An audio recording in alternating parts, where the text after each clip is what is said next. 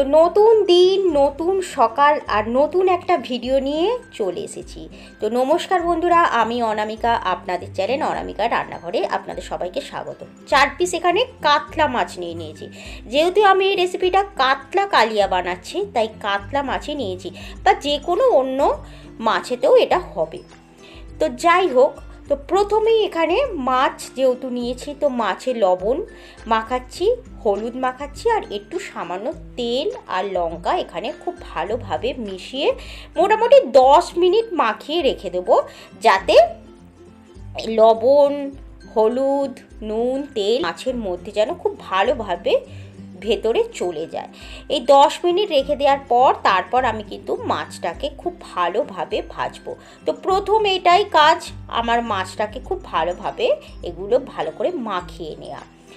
তো এইভাবে আমি যে মাছের রেসিপিটা বানাচ্ছি, আপনারা যে কোনো বড় সাইজের মাছ হলেই হবে, এই ভিডিওটা বানানোর জন্য কিন্তু একদম উত্তম।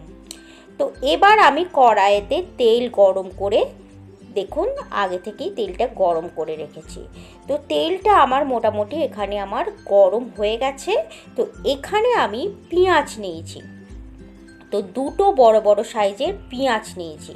তো এখন বলবেন মাছ কেন আগে ভাজিনি, তো সেই জন্য তো ভিডিওটা প্রথম থেকে আপনাদের দেখতে হবে যে কাতলা কালিয়া আমি কিভাবে বানাচ্ছি, তাই না বন্ধুরা?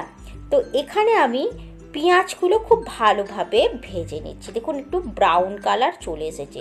এর থেকে আর একটু যখন ব্রাউন কালার আসবে, তখন পেঁয়াজগুলো আমি ভালোভাবে তেল ছড়িয়ে একটা প্লেটে রেখে দেব। এখন মোটামুটি দেখুন সমস্ত পেঁয়াজগুলোই প্রায় ব্রাউন কালার চলে এসেছে।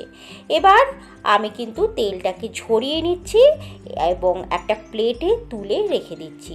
এটা কিন্তু আমাদের প্রথমে করে নিচ্ছি আমি, আপনারা চাইলে আগে পরে যখন খুশি করতে পারেন। তো আমার মনে হলো পেঁয়াজটা আগে আমি ভেজে নিই।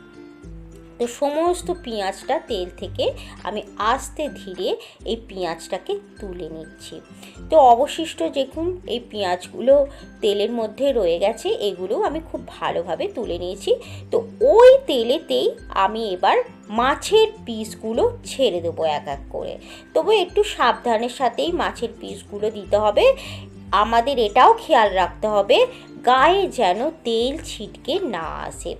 তো 4 পিস মাছ আমি এখানে আস্তে ধীরে ছেড়ে দিলাম। এবার মাছের এক পিঠ মানে দুটো সাইড খুব ভালো করে ভেজে নেব। তো এটা মাছটা ভাজা হোক। এবার দেখুন এখানে আমি কি করি, এই যে কয়েকটা কিশমিশ নিয়েছি, প্রায় 10-12টা এখানে কিশমিশ নিয়েছি, আর এই পেঁয়াজ ভাজাটার সাথে খুব ভালোভাবে বেটে নেব। হ্যাঁ, জল কিন্তু দেব না।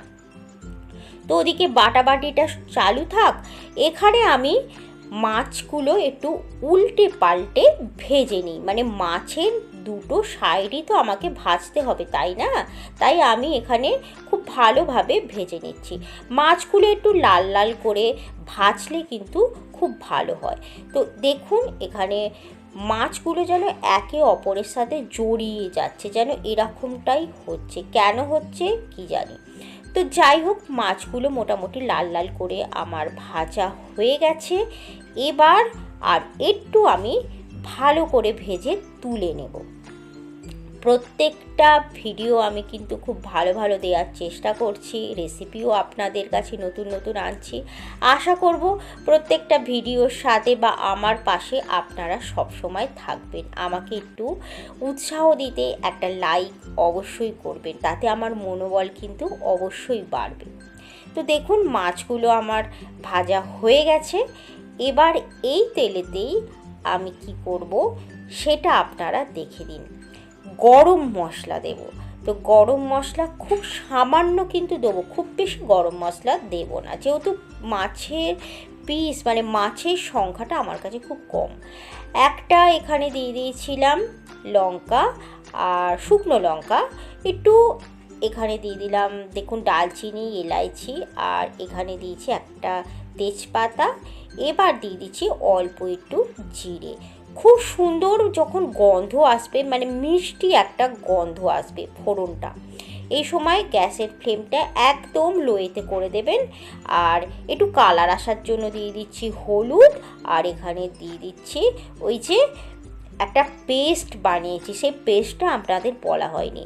এখানে দিয়েছি টমেটো, রসুন, আর এখানে দিয়ে দিলাম অল্প একটু কাঁচা লঙ্কা, মানে 2-3টে কাঁচা লঙ্কা খুব ভালোভাবে বেটে নিয়েছিলাম একসাথে। রসুন, টমেটো আর এখানে দিয়েছিলাম কাঁচা লঙ্কা ভালো করে বেটে, আর এখন দিয়ে দিলাম পরিমাণ মতো একটু লঙ্কা। তো খুব ভালো করে কষিয়ে নেব। কাঁচা লঙ্কাটায় খুব বেশি ঝাল ছিল না, তাই এখানে আমি একটু গুঁড়ো লঙ্কাও ইউজ করেছি।